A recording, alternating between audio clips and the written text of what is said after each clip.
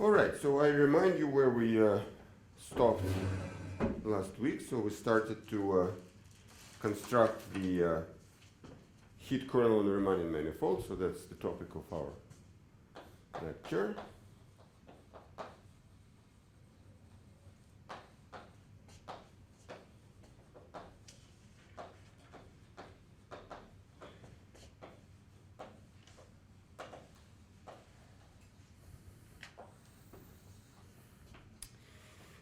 And what we have already proved, we have proved the uniqueness of the heat kernel. So we have shown that if the heat kernel exists, so already proved,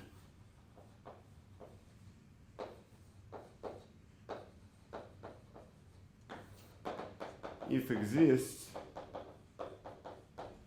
the heat kernel is given by this series.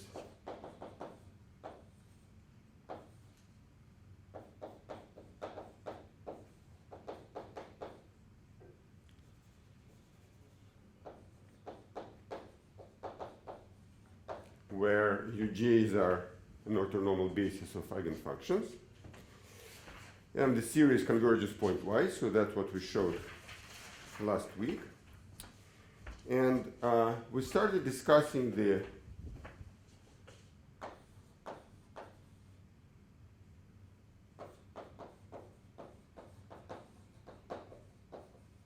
proof of existence.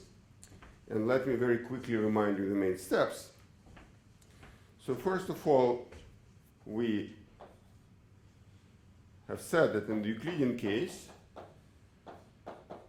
we know an exact formula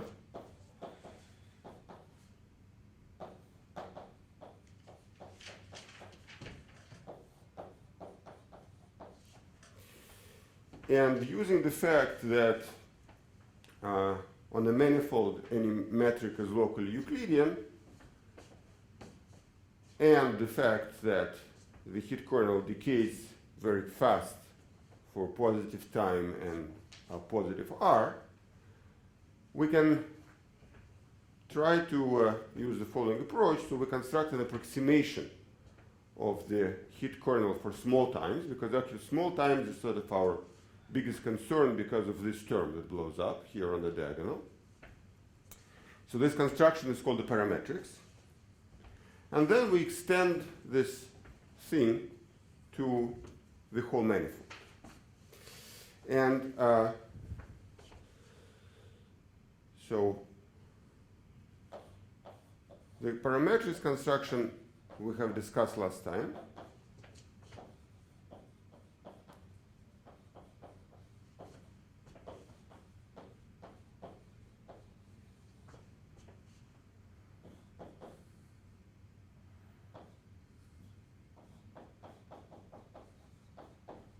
And small distance between the points. So we have said that you can present the following functions that are expressed in terms of, so d is r, but now it's the Riemannian distance, which are expressed in terms of some local geometric quantities. So these Vj's can be expressed locally.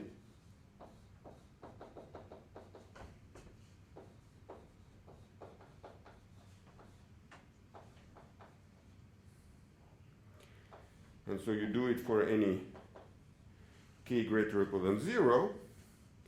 And we have the following. So set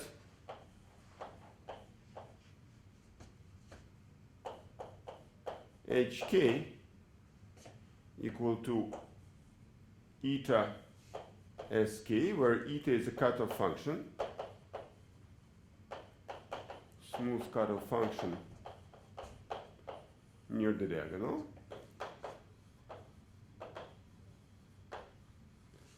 And then we have that first the functions hk are smooth for all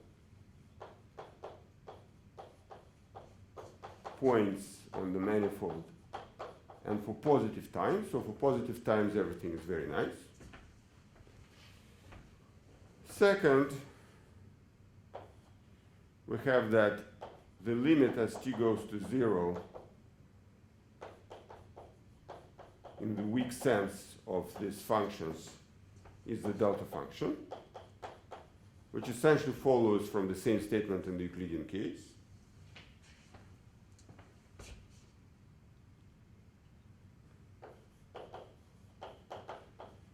And finally, we have the third property. So the first two, so this holds for any k.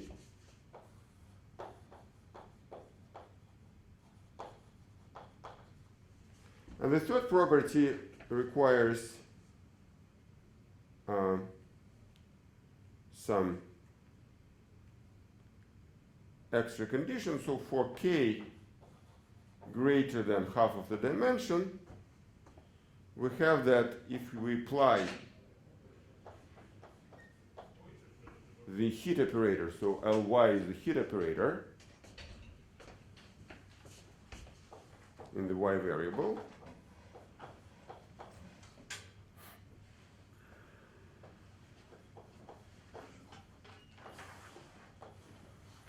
to hk, so this is continuous in x, y, in m, and t greater or equal than 0, and let me emphasize this greater or equal because that's the most non-trivial part here, since in principle your heat kernel blows up on the diagonal, but due to the properties of this construction, actually we do get continuity and at 0, and the key fact here is that if I apply the heat operator to sk, so I get something of the form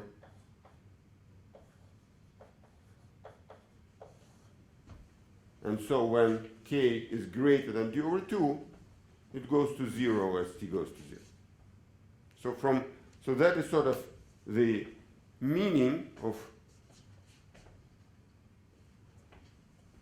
what we want to say when we say that this is an approximate solution for small times, right? So it's not quite 0, but it goes to 0 as t goes to 0. And we call hk, we call the parametrics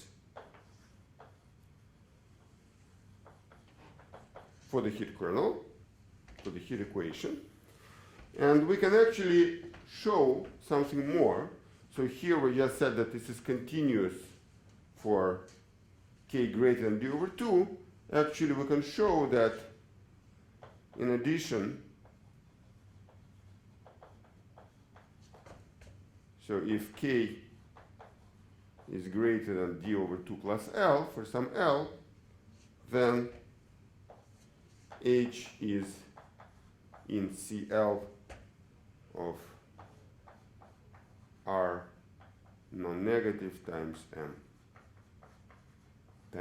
So once again, the fact that it's CL in the spatial variables, this is not really in use, but what we're sort of struggling for is to get regularity at t equals 0. And by adding extra terms and improving this estimate, here we can achieve extra regularity at 0. So that's it. Okay, so that's essentially the summary of what we have done so far. So any questions? Is it Ly of L of H or H which is CL? Sorry? I mean, you see in addition if k is greater than So this is HK, yeah? Oh, HK. So above also it's HK or Ly of HK. I mean the third condition. Which one? The third condition? Yes. it's Ly of hk. Ah, but below it's hk. Where? I'm a bit confused because I mean above it's ly of hk, Yes. and below it is just hk, which is cl. I mean what you just. Ah, you mean here? Yes. Sorry. Yes, I think you're right. 1 second. Yes. Yes, of course.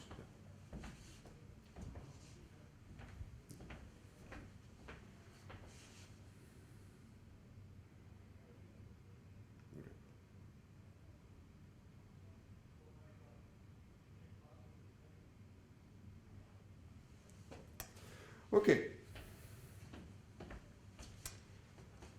So let us now extend this construction to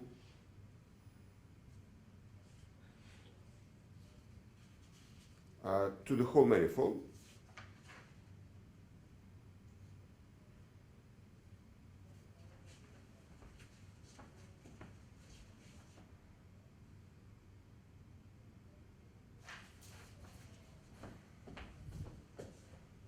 So let me.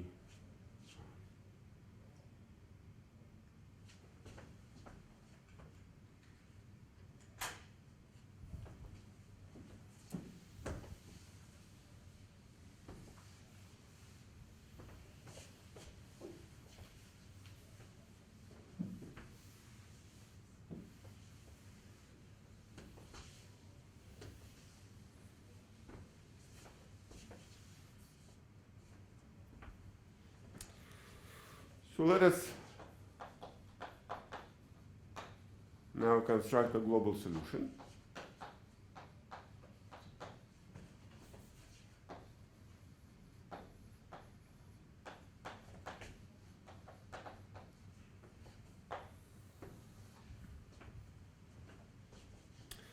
So first of all, let us introduce the following definition. So let f h be two continuous functions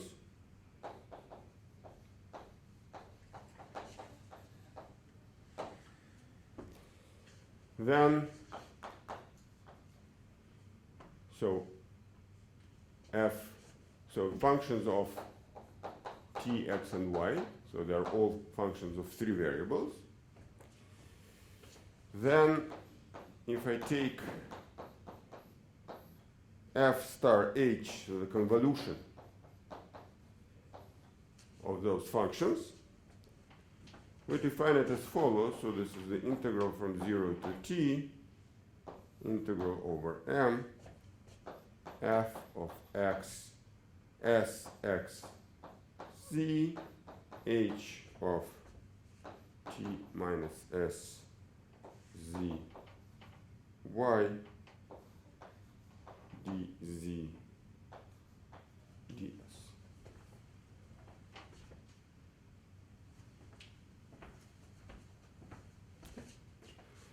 So that we're going to apply this to our situation.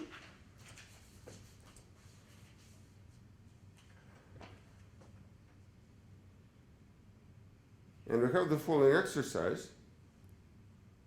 So, okay, so that's one definition and another, so it's more of a notation. So we will write f star j for the convolution of f with itself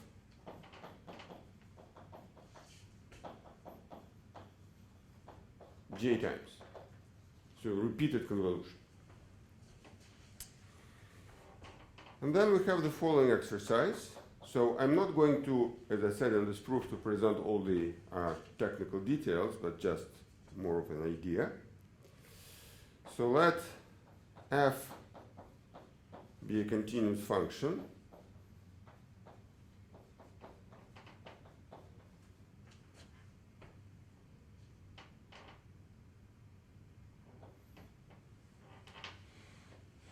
Then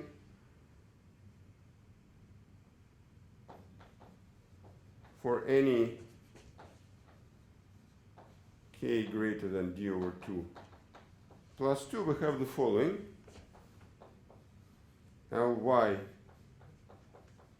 f convolution with hk is equal to f plus f convolution Ly hk. So this is just a calculation that needs to be made.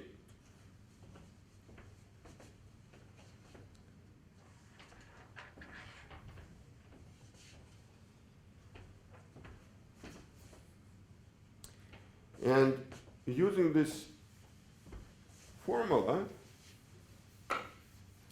we can do the following.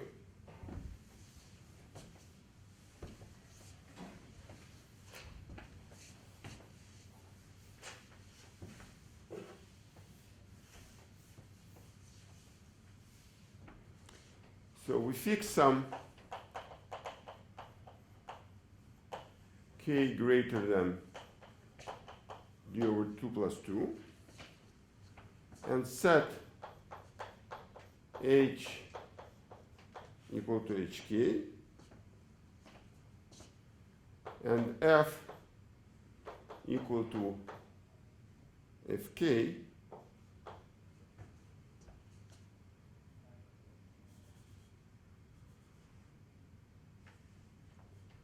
which I will write like this. So it will be an alternating sum of repeated convolutions of Ly hk with itself. So that is sort of the key object here. So then one can check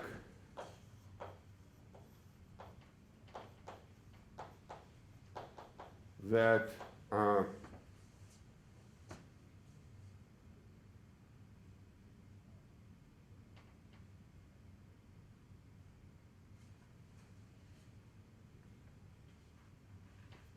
the series converges. So I think I understand where I have an issue with notation. So let's, 1 second, maybe I don't. No, I think it's okay. So one can check that the series converges. And also that fk, because of our choice of k, is in C2.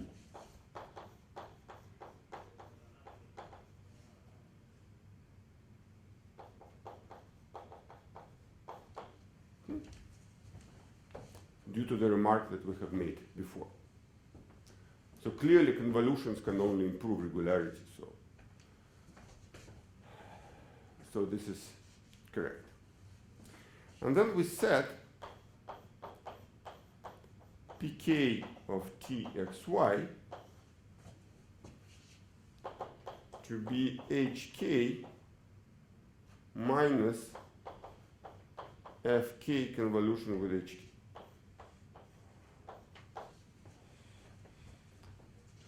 And we claim that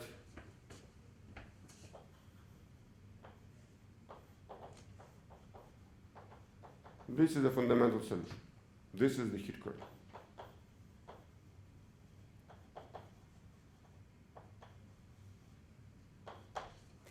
Note that there is something sort of ingrained in this claim because we have uniqueness.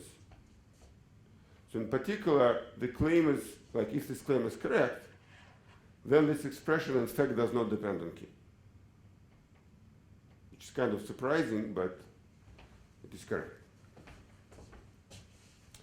So let us check this. So first of all, let us check that it satisfies the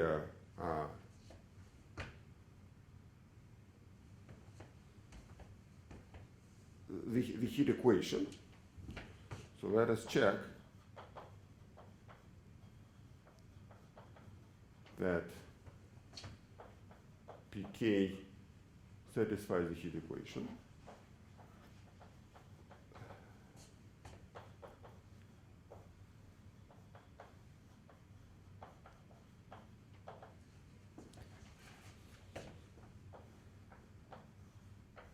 So if I apply Ly to P, so what do I get? I get Ly HK minus FK HK. So this is Ly HK minus Ly FKHK. And now I use this formula, which is here. So this is Ly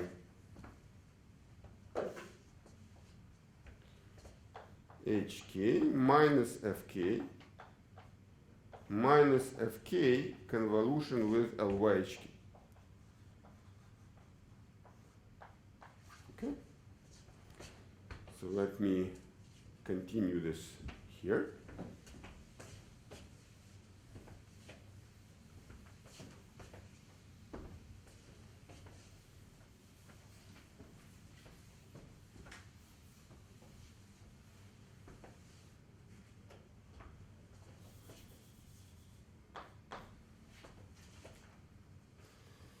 So I'll use the definition of Fk obviously now.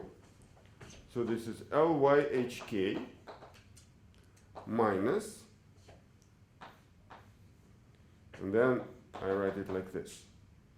So J from 1 to infinity minus 1 to the power J LYHK convolution J times minus sum from minus 1 to J, and now I need to apply one more convolution with LYHK, which will shift everything by 1. So I will get, in fact, I can write it like this, minus 1 to the power J plus 1 of LYHK, convolution with itself J plus 1 times. Right? Yes? Yes. The first FK. Mm-hmm.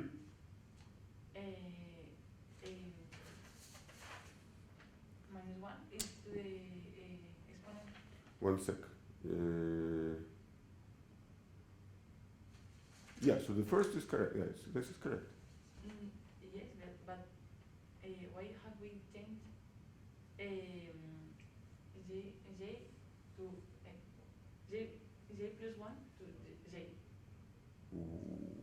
Yes, because I made a typo. Thanks. To be J plus 1. Yes. And that's how it should be. Okay? And then you see that because of the mismatch in signs, in these two sums, everything will cancel out, and for the first, for G equal 1, it will cancel out with LYHK, right? So what we will get in the end, we will get in the end that this is equal to 0. And what remains to be checked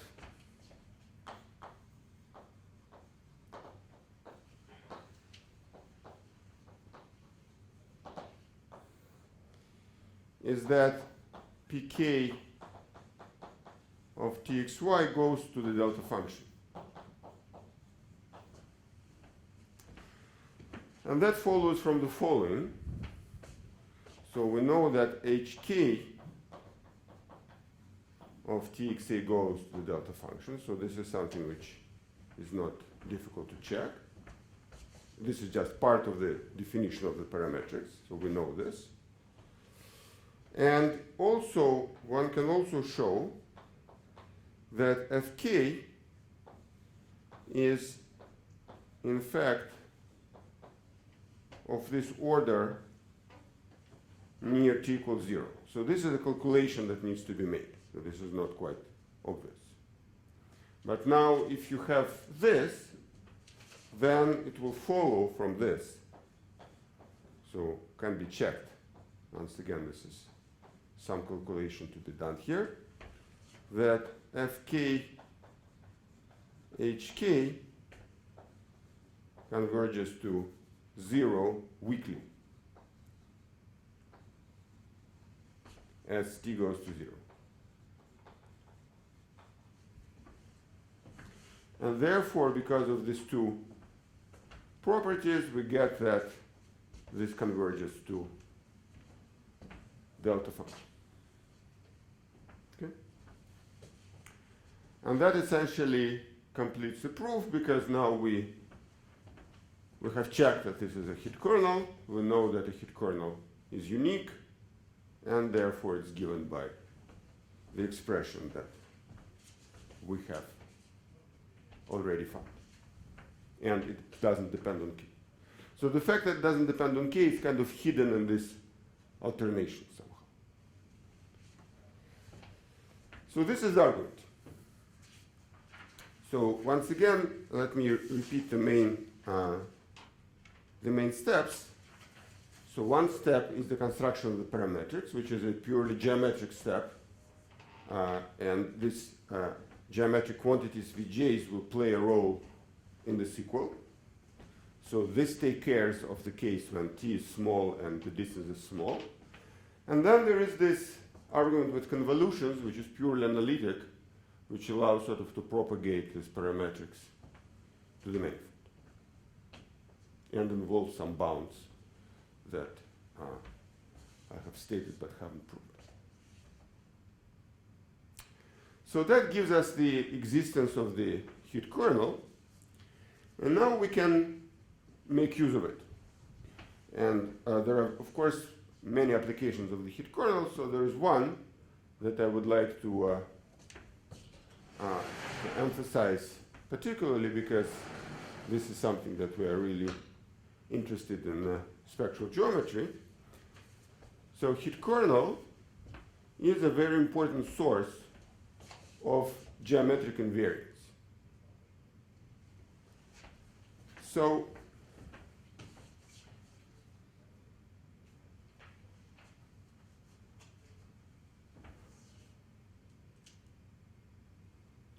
we have the following theorem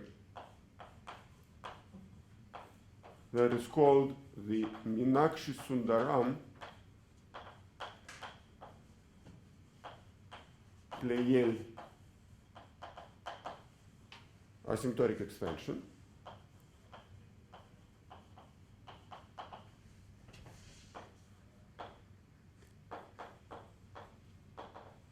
And it was proved in 1949. So let M be a Riemannian manifold of dimension D.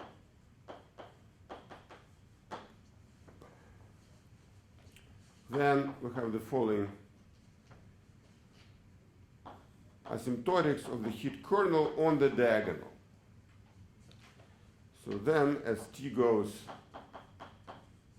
to 0, we have the following asymptotic formula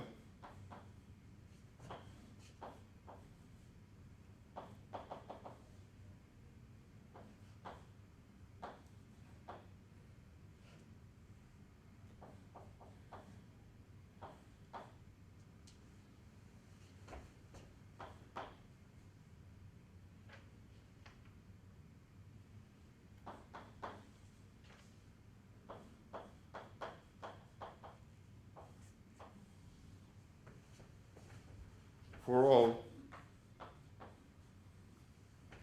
k positive.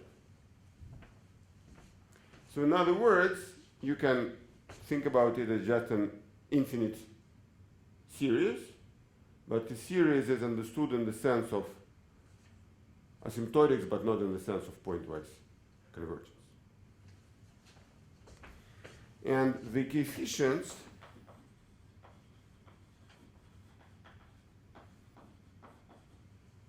AJ's are local hidden variables.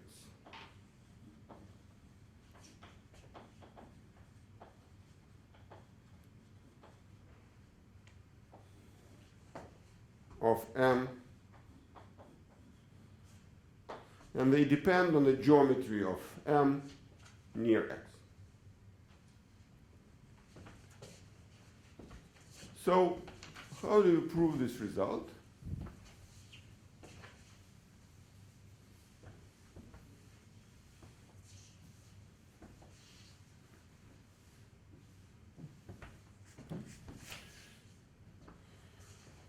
So,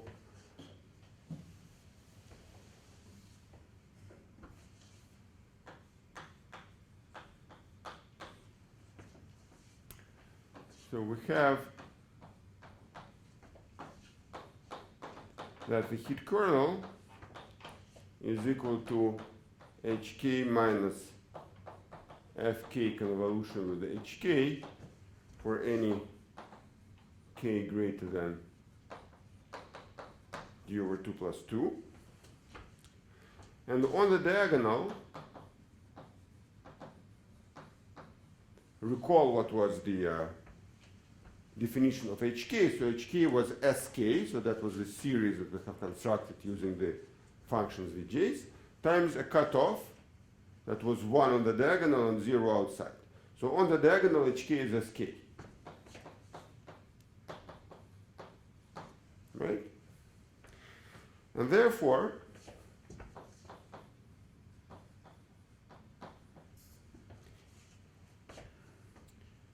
we have that 4 pi t to the power d over 2 hk of txx is equal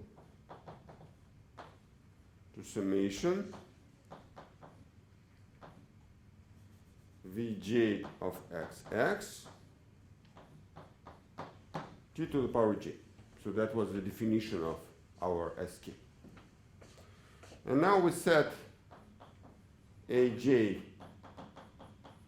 Vj of xx, so aj will be the same as the Vj's on the diagonal. And then if I take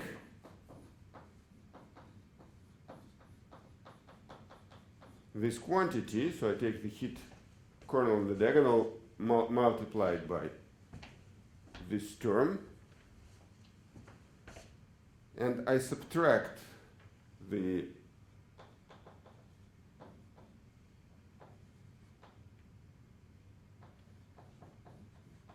first k terms of this expression, then I'll be left with this convolution multiplied by the power of, by this 4 pi t to the power. So I'll get minus 4 pi t to the power d over 2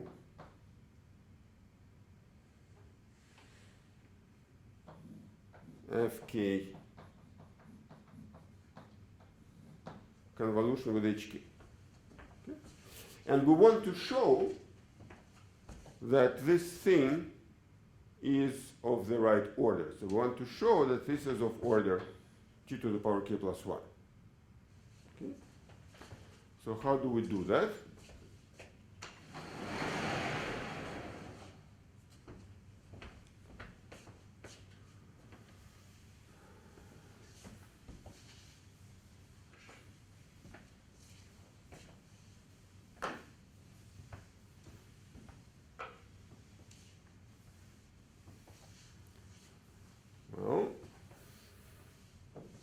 We have to recall the definition of the convolution. So let's take fk hk absolute value. So this is the same. So this is 0 t 0 m fk s x z h k t minus s z y d z ds. And now recall that we have already said that fk is big O of t to the power k minus d over 2 near t equals 0. Okay? So that means that I can, out of this function, I can take out s to the power k minus d over 2, and I can write that this is less or equal than some constant, integral from 0 to t, s to the power k minus d over 2. And then I will replace by constants the rest of fk. I mean, the rest is bounded, so I don't care. And here I have hk t minus s zy dz ds. And now I look at this integral with respect to m, this integral here. And I can note that because, so hk is what? I mean, hk for positive times, like when t is away from s, this is certainly a very nicely integrable function. And so the result will be something bounded. And I know also that at 0, it converges to a delta function, but that means that it's also integrable. So the integrable is 1 over the manifold.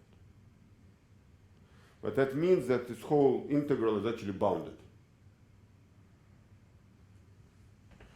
So I can say that this is less or equal than C2. And so I can replace this by another constant.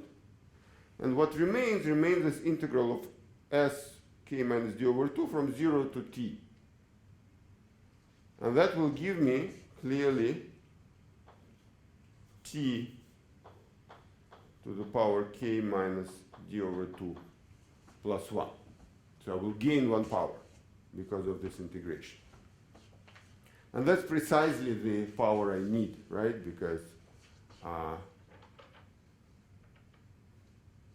did I close it?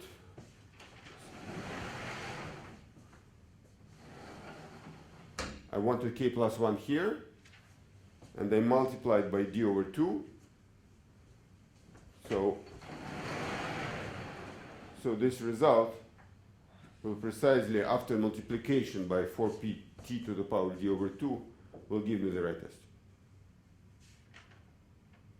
And that proves the theorem. Okay. So any questions about this argument? In the statement, it was for every k positive, I guess. But here we assume k greater than d over 2. No, we don't. I mean, this is true for any k. I mean, just for k less than d over 2, this is not a very nice bound. So it goes to infinity. Well, note that in some sense, if I mean, if you look at the expansion, if I prove it for large k, I mean, it automatically would follow for any smaller k because it's a series. So basically, what we have shown. So let us now get some applications.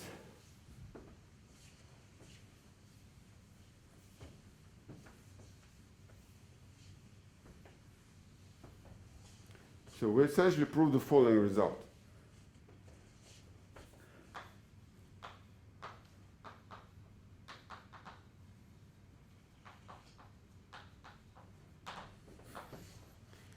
that, so if I take ETXX, which is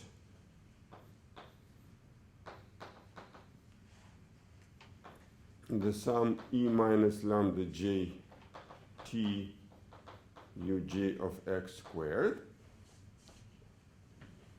and this is equal asymptotically as 4 pi t minus d over 2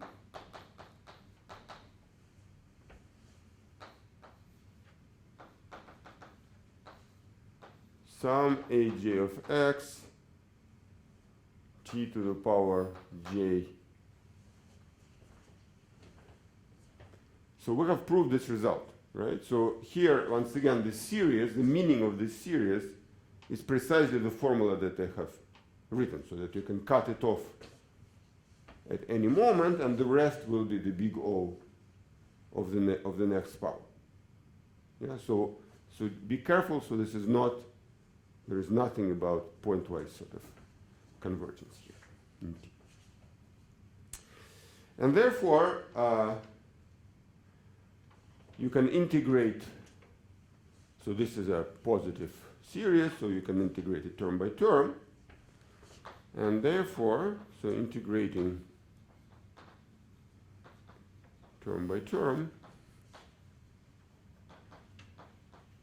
we get that, so what we get here is the heat trace, right? So what we called ET, EM of T, I think.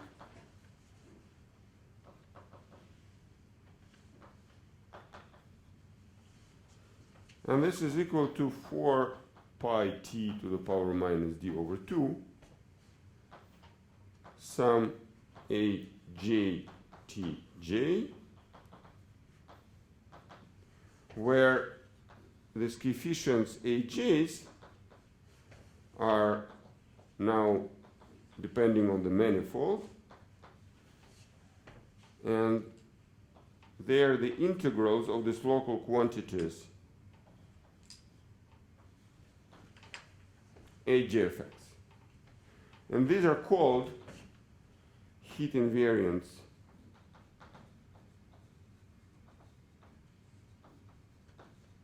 of M. So these are geometric invariants because they're integrals of some geometric quantities, but they're in particular, they're spectral invariants.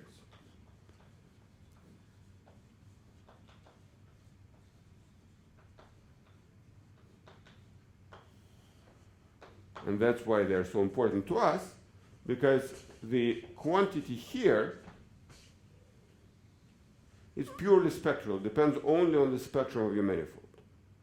And therefore all your series depends only on the spectrum. So everything that you get as coefficients is an invariant of the spectrum. And so if you recall this famous problem, can one hear the shape of a drum, which can be understood more generally, so which geometric properties of your manifold can be determined by the spectrum, can be heard.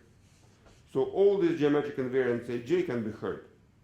So whatever we get out of it is ours. So note, by the way, that without any further work, which we already sort of know from Weil law, but it's a confirmation, we get that the dimension is a spectral invariant. That's nothing new for us, but still. Okay, so that's probably a good time to take a break. So after the break, we're going to discuss some applications of this approach. So I will present some expressions for this, for the first heat invariance and the consequences that we get out of it.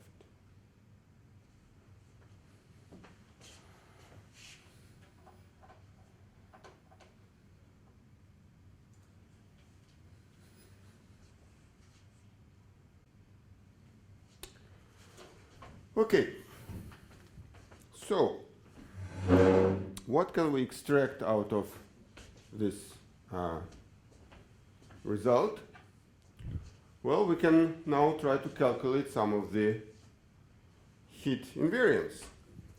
And the strategy for doing this is that you first calculate a local heat invariance. So you sort of find a way to write down this parametrics in a more explicit form, the coefficients of the parametrics in a more explicit form.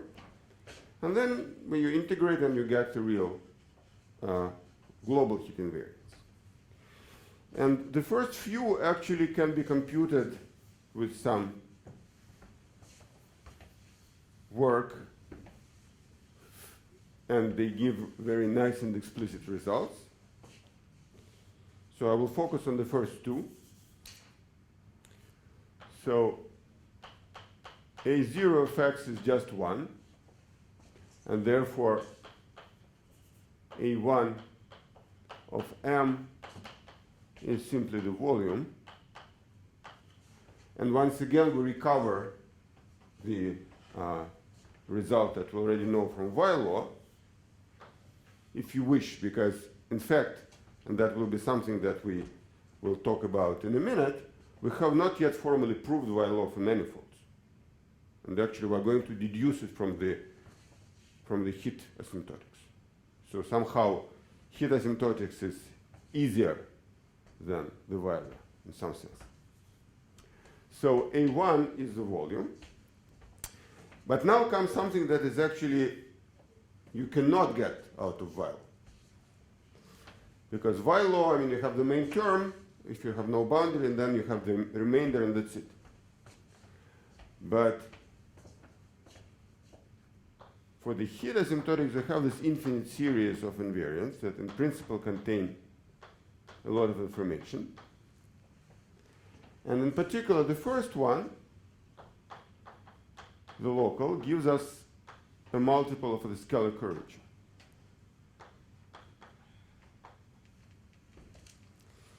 And therefore,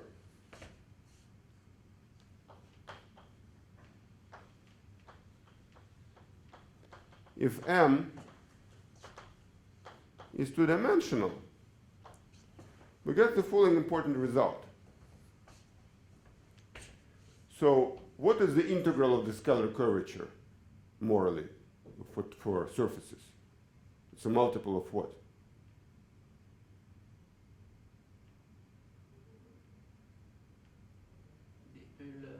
The Euler characteristic, exactly.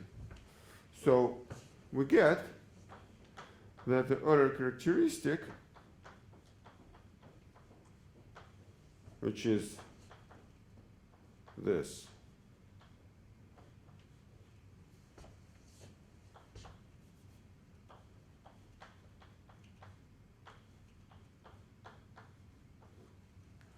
so this is a spectral invariant. So Euler characteristic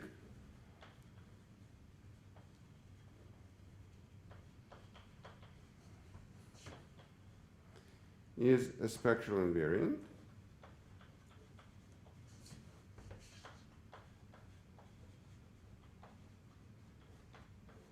And that's quite remarkable because it means that you can distinguish topology of, say, orientable surfaces by the spectrum. So one can rewrite it like this. So one can hear the number of handles of the drum.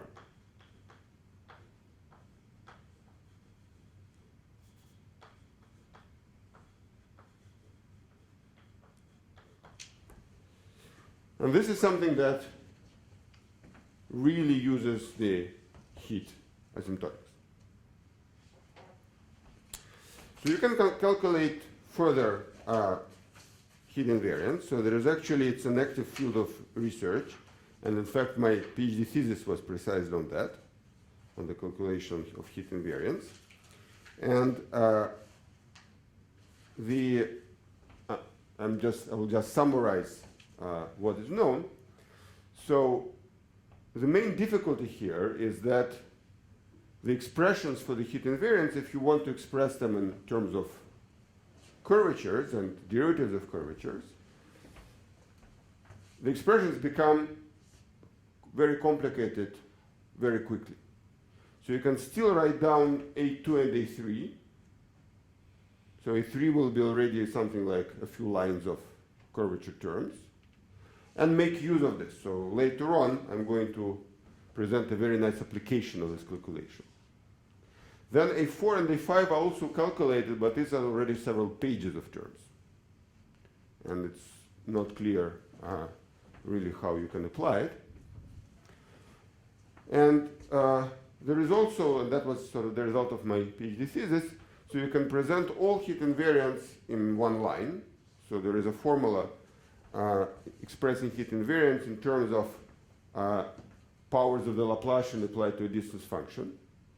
And this formula has some interesting combinatorial structure, but again, it's very difficult to extract geometric applications out of it. So it's useful for some things, but for questions that we're discussing here, it's not, it doesn't give you that much, except for the fact that you can sort of represent all the heat invariants using these building blocks. So somehow, even though in the 60s and 70s there was a lot of enthusiasm about the application of heat invariance to the questions of the spectrality, apart from the low terms, so up to A3, I'm not aware of any really interesting applications to this problem. So let us focus on the first term for now, for the zeroth term if you wish, and let us discuss how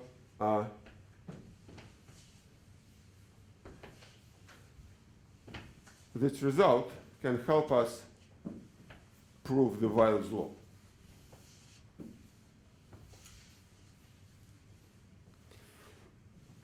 So actually,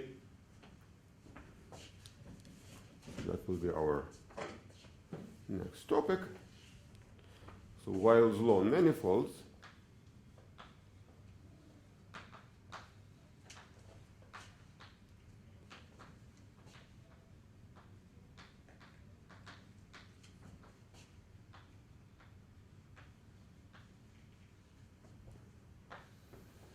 And we have the following theorem.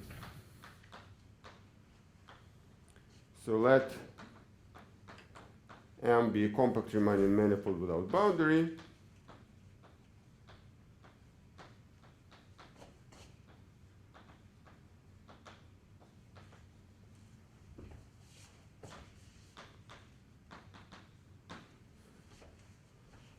And the dimension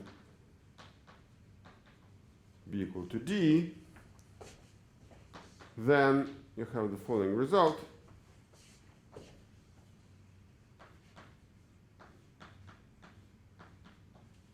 That the eigenvalue counting function is given by the Weyl constant times the volume of M lambda to the power D over 2 plus lambda to the power D over 2. And the coefficient CD, I will remind you, so it is equal to 1 over 4 pi D over 2 gamma of D over 2 plus 1. And this is the same as the volume of the unit ball divided by 2 pi to the power D. So this is the volume of the unit ball. Okay. So that is the result.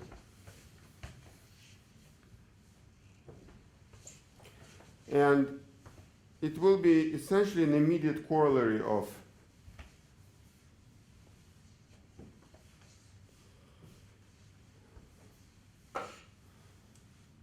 the results for the heat trace. So remind, we have that E minus lambda Jt is equal to 4 pi T minus D over 2 times and I will write it down like this.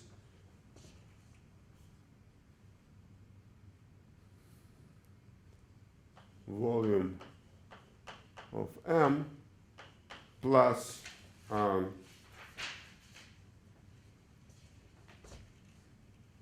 big O of T. Yeah. So we have this, right?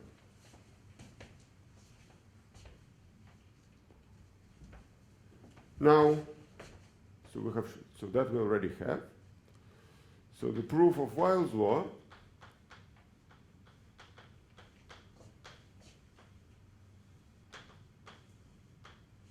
uses this, so I'll call this star, uses star, and the following result, which is a theorem in analysis. The following general theorem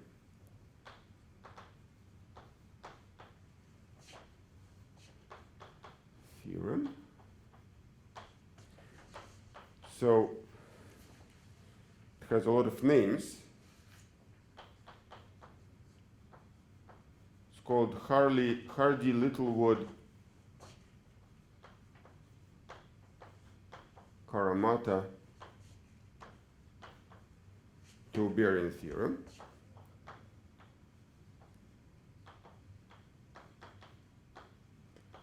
So Tauberian theorems is a sort of class of theorems of similar type in mathematics that tells you that if one has something that has one asymptotics and something else has another asymptotics.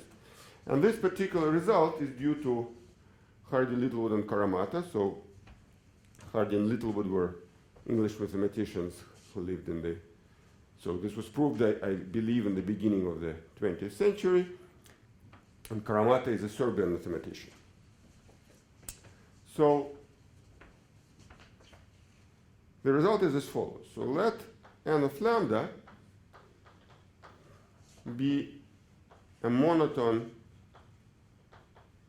increasing function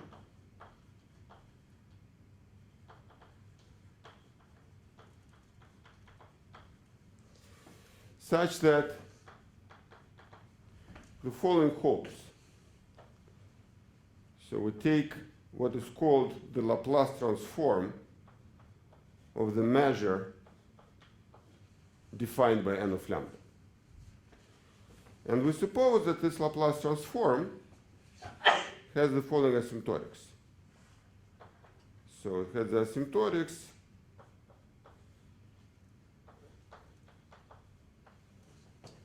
as t goes to 0.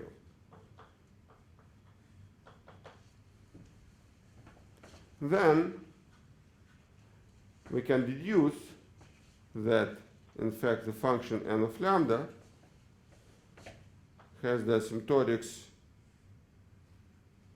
of the form c, so c is the same constant as here, gamma c plus 1, lambda to the power alpha plus small o of lambda to the power alpha, as lambda goes to infinity. So basically the asymptotics of the Laplace transform of a measure as t goes to 0 gives you the asymptotics of the function that defines the measure as lambda goes to infinity. So there is always this duality, t to 0, lambda to infinity.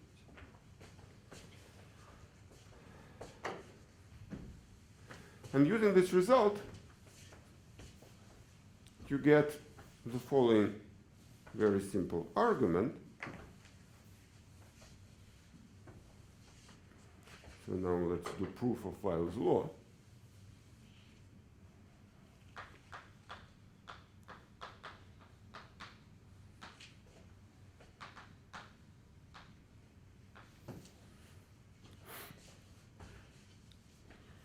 So we get that the sum of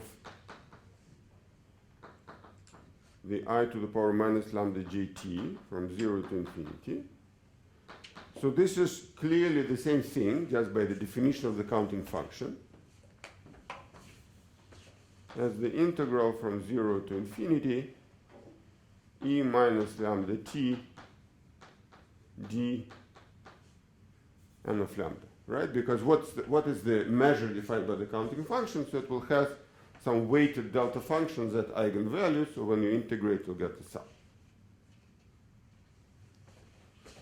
And for that, we know the asymptotics, so it's 1 over 4 pi t d over 2 times volume plus big O of t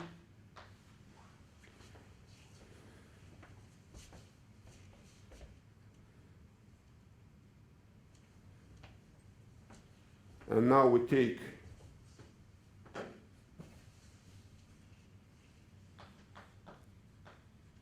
alpha equal to d over 2 in Hardy-Littlewood-Karamata theorem and immediately get the result.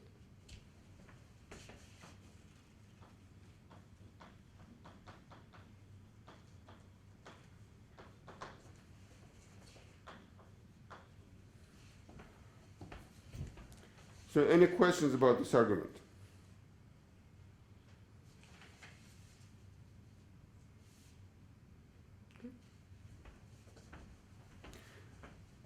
So let me emphasize one thing here, which will be even more important when I'm going to present a generalization of this for manifolds with boundary.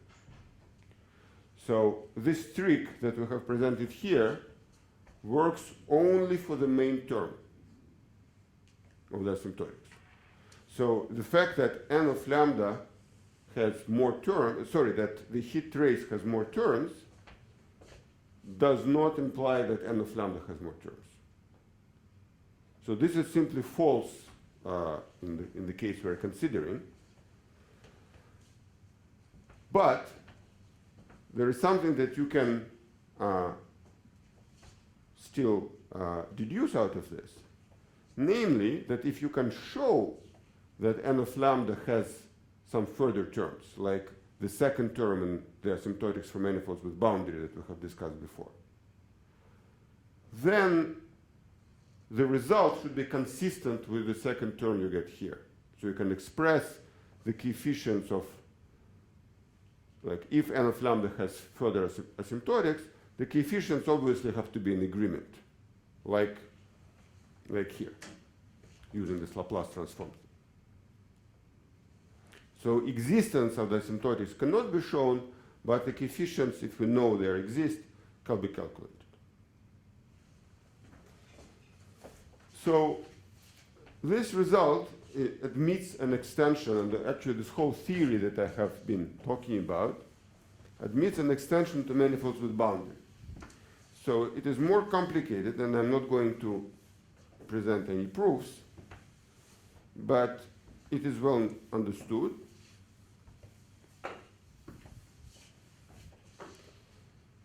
So extensions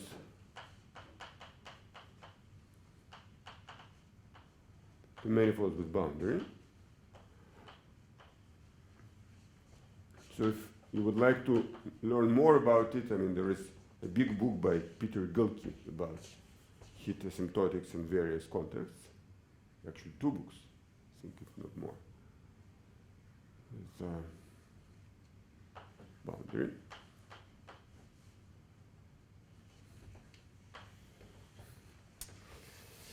And then, so if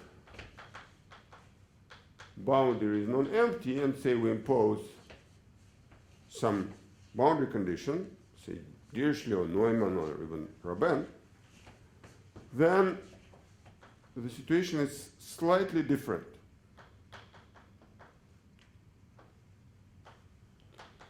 So you can still write down the heat trace, and as t goes to 0, it has the following asymptotics.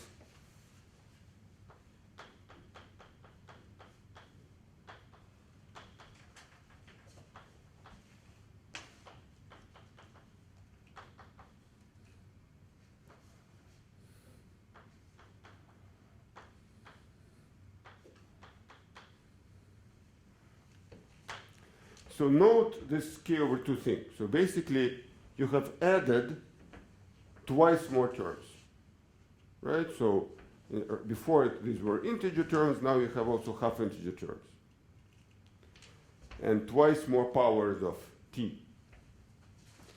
So those half integer terms come from the boundary. So they are the ones that capture the boundary contribution. And A0 is still the volume, obviously. We know that already.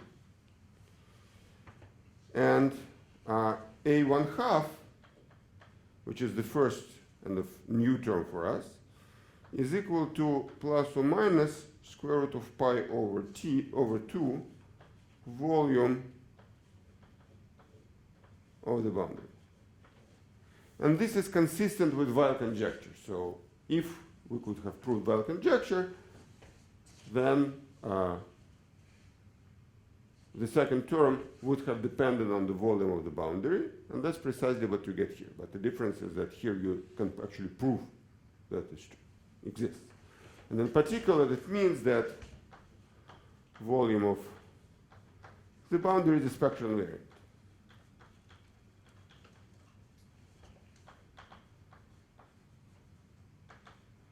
So further half-integer terms will contain more geometric information, so they will contain curvatures of the boundary, derivatives of curvatures, and so on. And note this plus minus here. So plus, again, very similar to Weil law. So plus corresponds to Neumann condition, and minus corresponds to Dirichlet. And for a band, it's more complicated, so it involves the Raban parameter. Actually, maybe not this term, but the next one. So this term doesn't. For a band, I think this term is the same as for Neumann. In any case, this term fills the boundary conditions.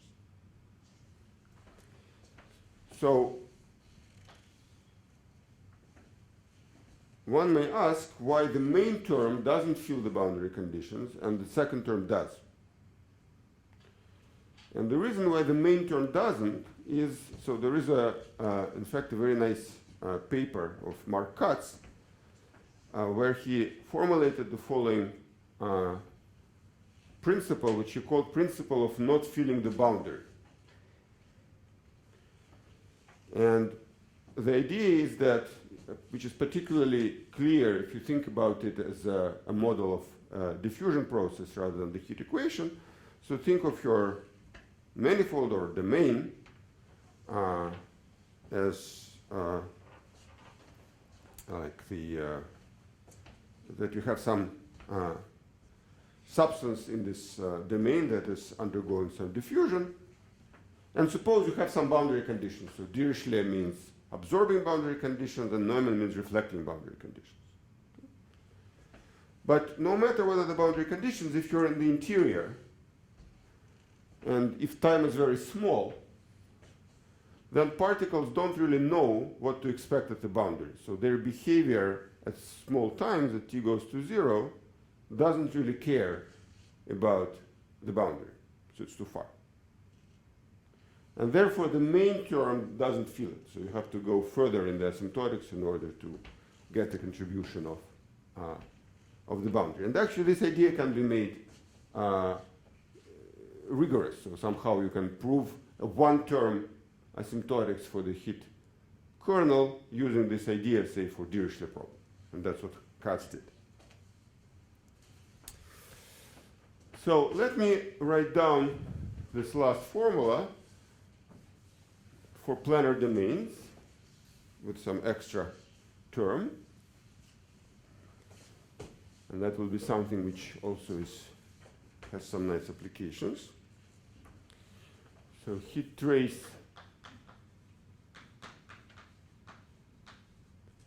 for planar domains.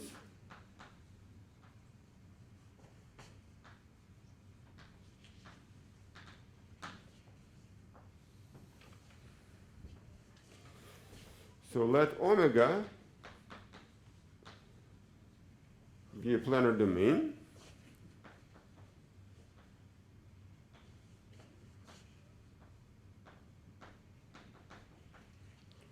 with R boundary components.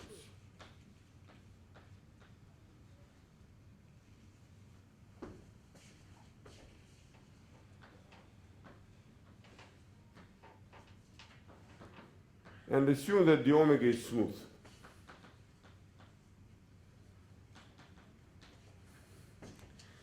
Then, so your domain basically looks like this. So you have some domain with holes. And then you have that the Dirichlet heat trace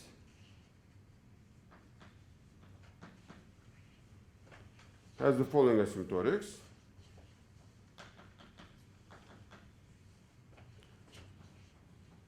So it has the asymptotics area of omega divided by 4 pi t minus the length of the boundary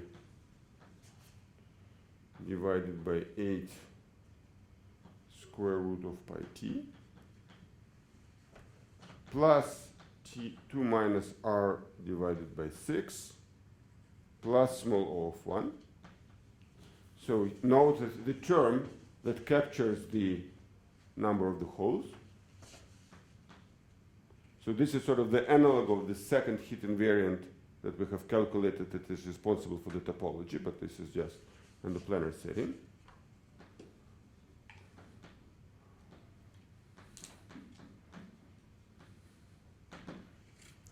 And in the Neumann case, I'm not going to write it down, so it's the usual thing, you just replace this minus by a plus. Okay. So note the condition of smoothness. So actually this is important, and if you have a polygon, say if you have corners, then the third term will also capture some contribution from the corners. It will capture some angles. So in fact, this theory for non-smooth manifolds of domains is much more complicated. And there is a very nice paper, recent paper by Nursultanov, Rowlett, and Scher, where they have written down these formulas for all boundary conditions, including Rabin. So if you're curious, you can take a look. Okay. So any questions about this heat asymptotic stuff? We're going to revisit it a bit later. What is L? Sorry? L of 1, 3, what is it? Oh, it's a perimeter.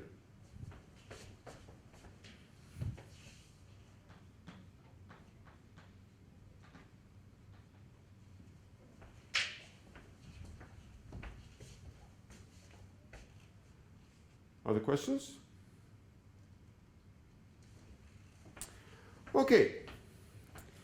So let us now move on and consider the question, which is one of the central themes in geometric spectral theory for the last, I would say,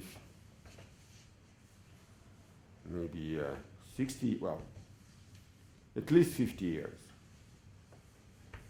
The result that I'm going to present now is, I think, 60 years old. So this is the construction of isospectral manifolds.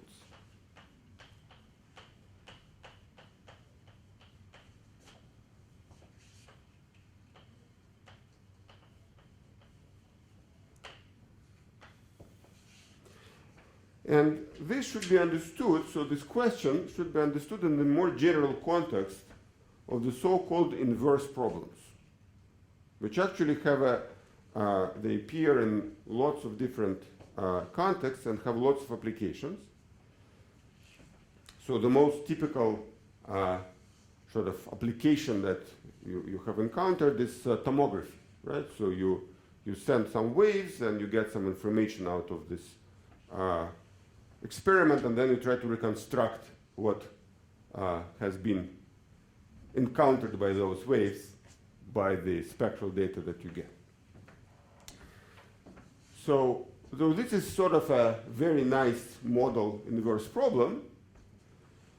Given the spectrum, try to reconstruct the geometry. And of course, if you are interested in this kind of questions, the first basic thing you would like to understand is whether from the same spectral data you can get different objects. So whether there exist two, well, in this case, Riemannian manifolds with the same spectrum, but which are geometrically different. Right? So we'll give the following definition.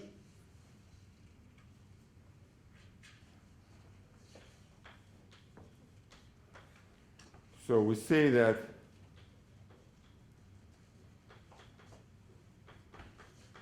two manifolds MG and H is a spectral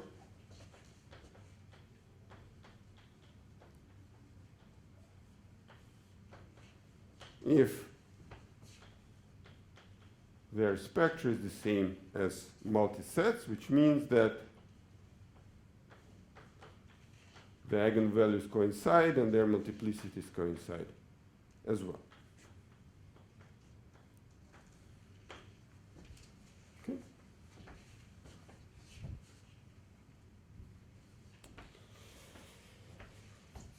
And so basically the tool that we're going to use in constructing isospectral manifolds will be precisely the heat trace. So let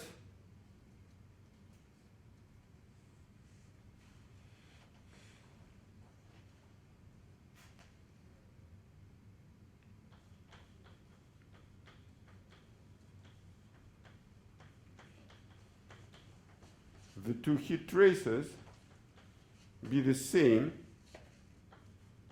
for all times. Then M and N are isospectral.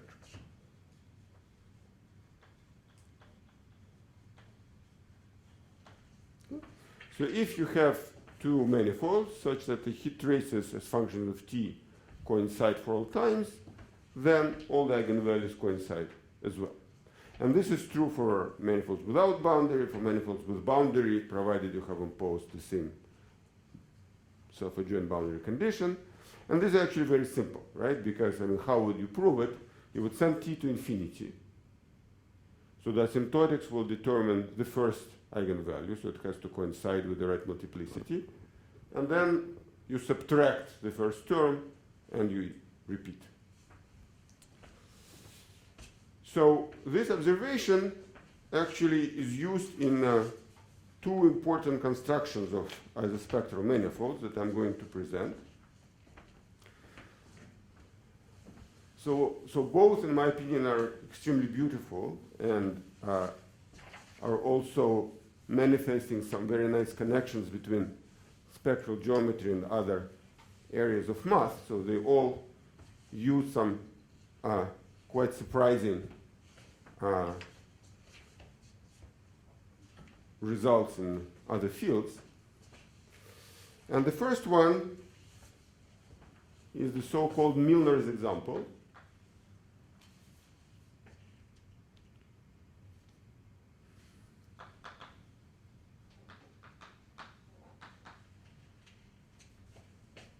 And that's historically the first example of the spectral manifold. So it's 1964, so it's a bit less than 60 years. And that was before the paper of Katz. So somehow already by the time Katz wrote his paper on Here in the Shape of a Drum, it was already known that in the Riemannian setting there exist isospectral drums. And the theorem that Milner has proved that there exist 16-dimensional, and that's very important, the dimension here, flat tori that are either spectral and not isometric.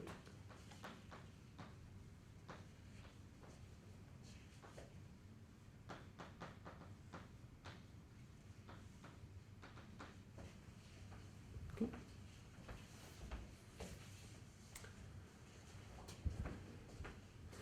So we're going to discuss his construction. And I will follow the exposition in the book by Berger, Godechon, and Mazet that I have been mentioning many times in this course. So what are the ingredients of the proof?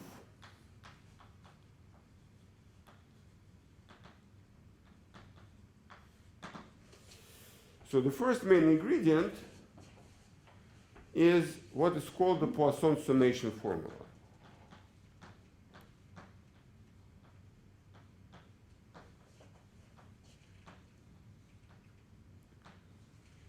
So I think I already mentioned this formula, but let me restate it again.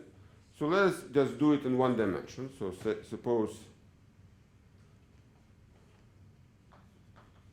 you have a function in the Schwarz space. So I remind you, so Schwarz space is the space of rapidly decaying smooth functions. So this is a space of functions that decay superpolynomially together with all their derivatives. And the reason why Schwarz space is so important is that a Fourier transform is an isomorphism of Schwarz spaces. So if you take a Schwarz function, the Fourier transform of this function is also Schwarz. And we're going to define the Fourier transform.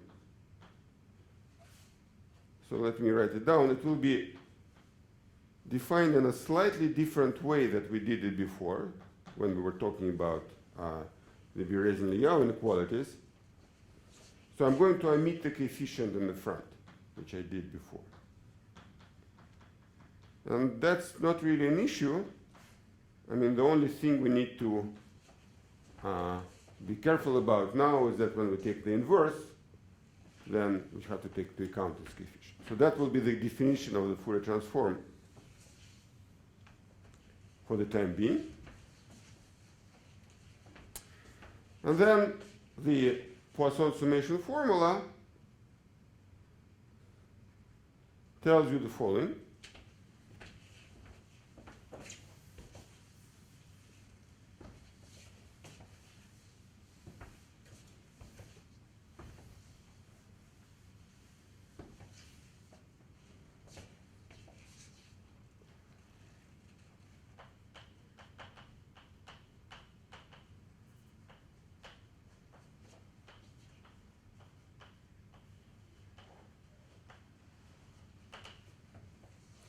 That the sum of f of k for all integer values of k is the same as the sum of the Fourier transform for all the integer values of the variable. And I will leave it as an exercise to prove it, this. This is a fairly easy exercise in Fourier analysis. Now, you can think about it as follows. So you have a function on R, and then you take the sum over some points on the lattice, right? So you have a lattice, which is in this case is just the integer numbers. But you can, in fact, generalize this. So this can be generalized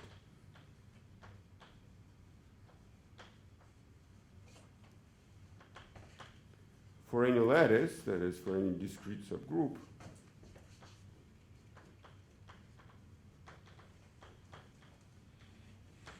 For any lattice in RD. So if gamma is a lattice, and gamma star is a dual lattice,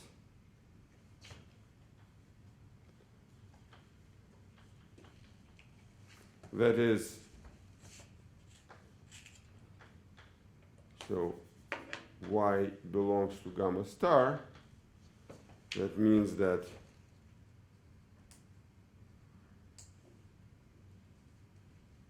x belongs to gamma star, that means that the scalar product of x and y is integer for all y in the original lattice. So that's the definition. And then the formula can be rewritten as follows. So sum of f of k over the lattice gamma is equal to 1 over volume of gamma sum over the dual lattice f hat of m. And what is the volume of gamma? The volume of gamma is the volume of the fundamental domain of the lattice. So for instance, for z, this volume is 1, because it's just square 1 by 1. Okay. So using this result, we can do the following.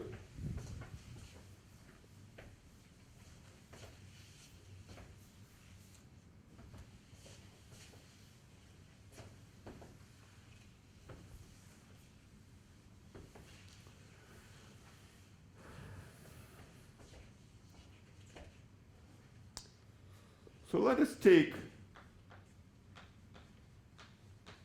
f of x be the Gaussian function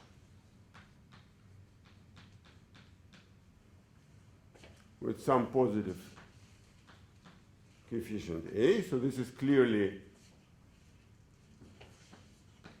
in the Schwarz space of Rd. And then one can calculate its Fourier transform.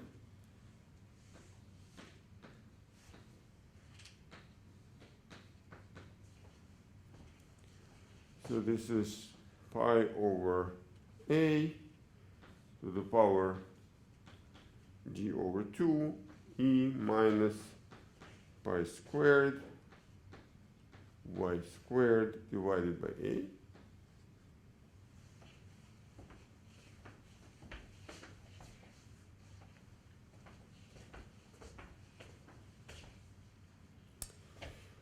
And so take a equal 4 pi squared t. And then use the Poisson summation.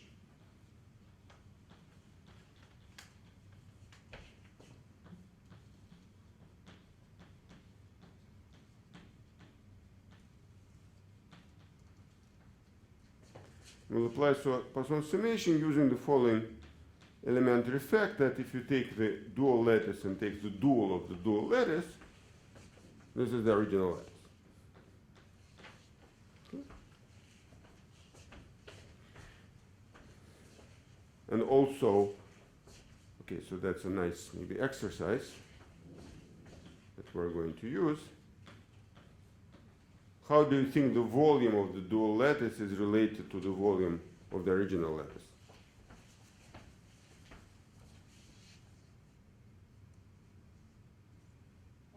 One over, that's right.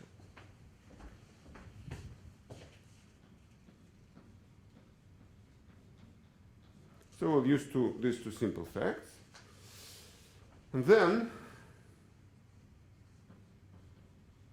we get the following. That the sum over x in gamma star e minus 4 pi squared t x squared, and this is equal to volume of gamma divided by 4 pi t d to the power of 2, which we get out of this summation e minus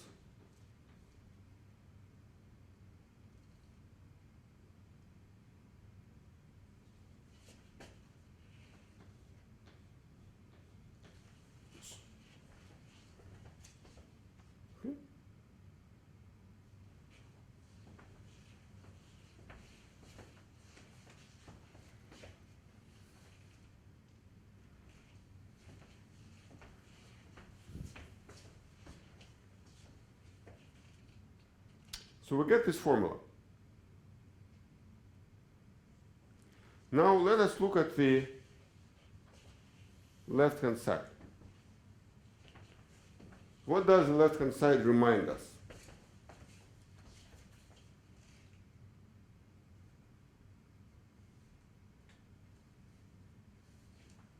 What does it look like?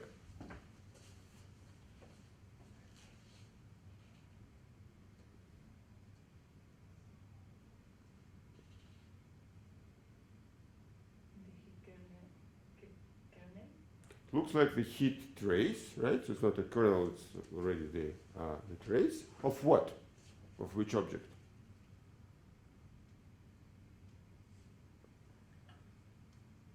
The torus, Of the torus.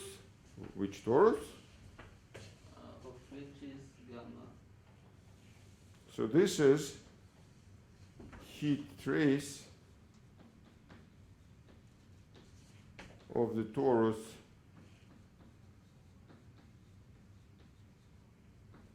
RD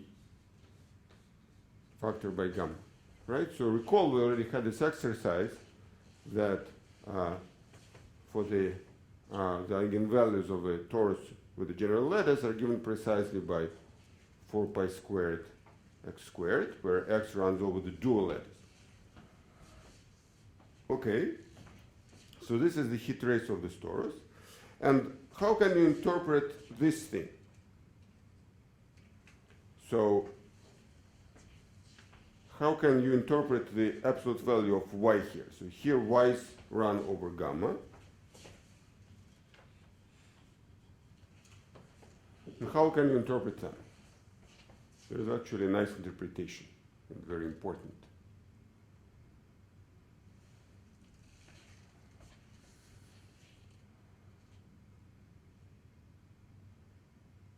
So if you have a torus, RD over gamma, what is the interpretation of the lengths of the lattice vectors?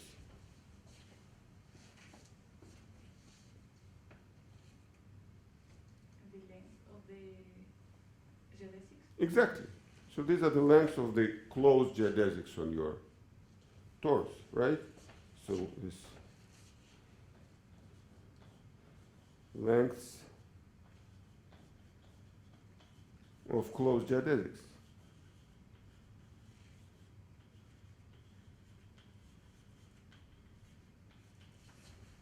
Okay. And that's actually gives us a very interesting connection. So we have a spectral quantity on one hand and a geometric quantity on the other side. Right? So that is sort of a, in this case for the torus, I'm going to discuss this connection later, and I already mentioned it in fact when I was talking about the Weyl asymptotics. So you can sort of read off from the Laplace spectrum, you can read off what is called the length spectrum. So the set of lengths of closed geodesics of your manifold.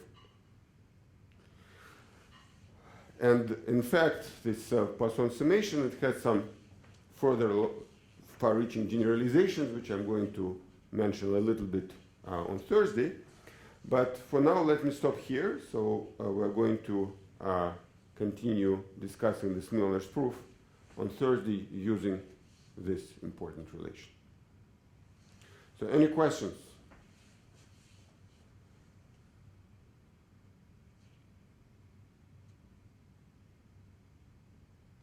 Okay, if not, we'll see you on Thursday, and also sometime this week I'll send you a schedule of your presentations. So if you have any constraints, then let me know. There are 2 days, and I'll try to accommodate. Okay, bye everyone on Zoom.